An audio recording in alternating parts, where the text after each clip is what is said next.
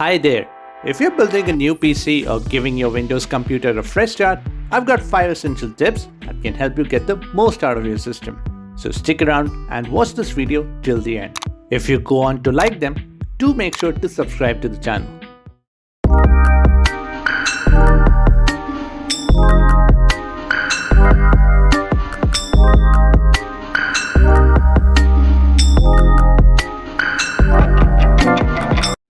When setting up Windows, you might have noticed that Microsoft pushes you to sign in with the Microsoft account rather than giving you the option for a local account.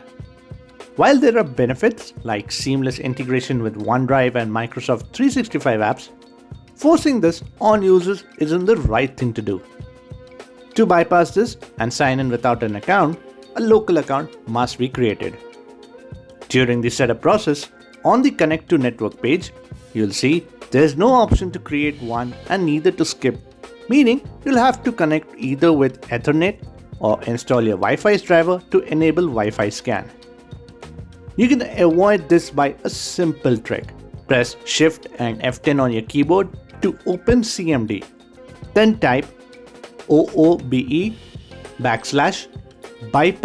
NRO and wait for the PC to restart. Then proceed with the setup, and this time on network page, you'll see a new option of I don't have internet. Select this and continue setting up your OS. In most cases, this will work. But if for any reason your computer manages to connect to internet and you see the installing updates page, there's another way to bypass this.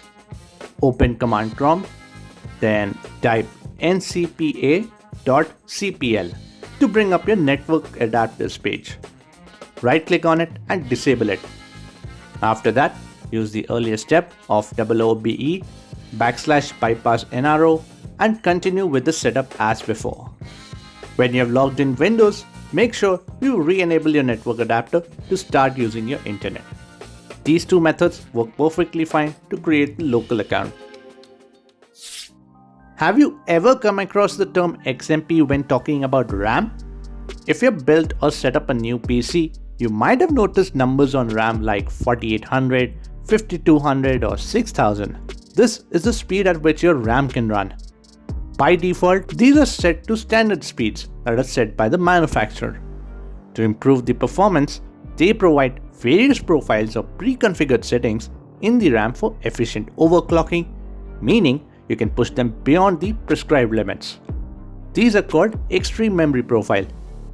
Think of it as a turbo boost for your memory. Newer generation of RAM like DDR4 and DDR5 often come with XMP or Expo.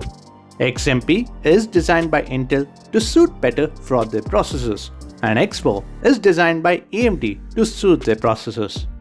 If you're using XMP on AMD processors or vice versa, you don't have to worry about it. Benefit of using higher speeds is it can give you noticeable gains, especially if you are in a competitive field like esports or high demand work like video editing or 3D rendering. In your BIOS, search for XMP booster or memory booster. Enable it and test out each profile and gradually increase the frequency till your system doesn't crash. This method is mostly safe, but any kind of overclocking is always at your risk. If you pushed way beyond the prescribed limit, it can damage your computer. I urge you to check out hardware-focused channels or forums that offer great guides on the best settings for different RAM kits. One of the crucial steps that's often overlooked is making sure your system is using the full refresh rate of your monitor. We often think that the monitor will automatically use the highest refresh rate, but that's often not the case. By setting up your monitor to its maximum refresh rate, you can reduce input lag in games, improve visual smoothness, and generally make everything look and feel more fluid. You can do this by going to Settings, Display, Advanced Display Settings. Here, look at the refresh rate setting to make sure it's set to the highest option available. Keep in mind that the refresh rates for all monitors will vary. You can check the spec sheet on your monitor's brand website or manual. I'll recommend you to also have a look at my video on how to increase frame rate beyond limit which can help you find the best settings for your monitor. Stress testing is an essential process when it comes to evaluating the stability and performance of a computer. It shows if your computer can handle demanding tasks without crashing or freezing.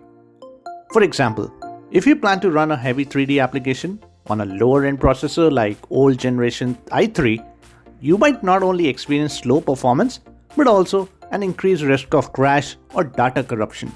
Stress testing pushes your computer's components like CPU, GPU, and RAM to extreme limits.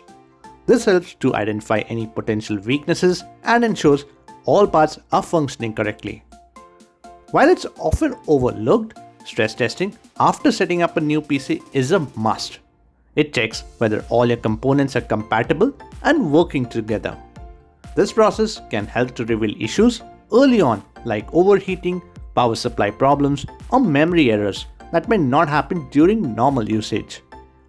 Also, this helps to identify bottleneck.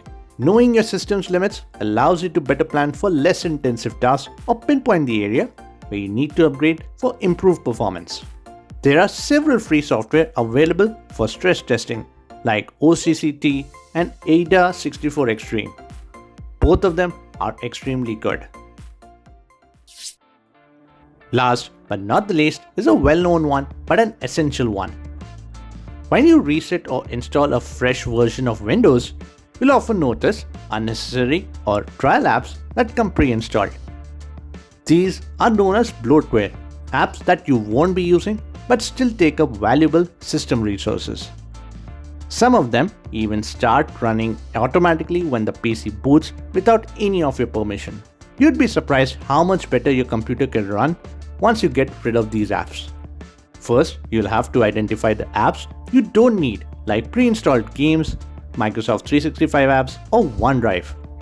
Next, open command prompt and type wingit list. This will give you a list of all installed apps. Find the app you want to delete and copy its name. Now, type wingit uninstall and in double quotes, paste the app name. Hit enter and the command line tool will remove everything related to the app. Alternatively, you can use a third-party app like Revo Uninstaller, which does an excellent job of removing all kinds of built-in apps and services. It's a quick and easy solution. While you can remove pre-installed apps, be cautious about removing system apps that are essential for Windows to function properly. There you have it. These are some of the tips that every user must perform in today's time. Thank you for watching. I'll catch you in a new video. Bye.